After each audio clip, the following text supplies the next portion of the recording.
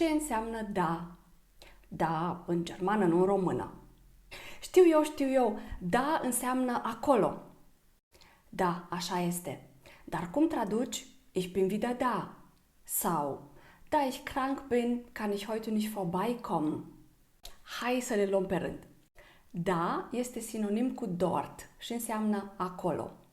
Zum Beispiel, wir treffen uns da oder wir treffen uns dort.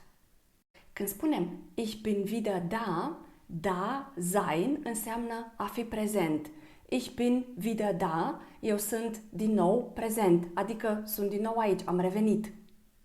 Da mai poate să însemne și pentru că și este sinonim cu weil. Da ich keine Zeit habe, kann ich heute nicht vorbeikommen.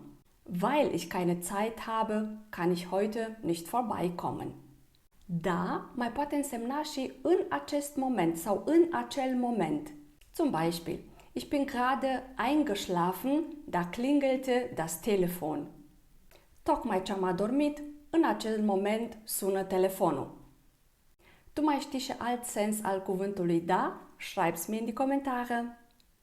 Schreib's mir in die Kommentare. Hai să le luăm pe rând.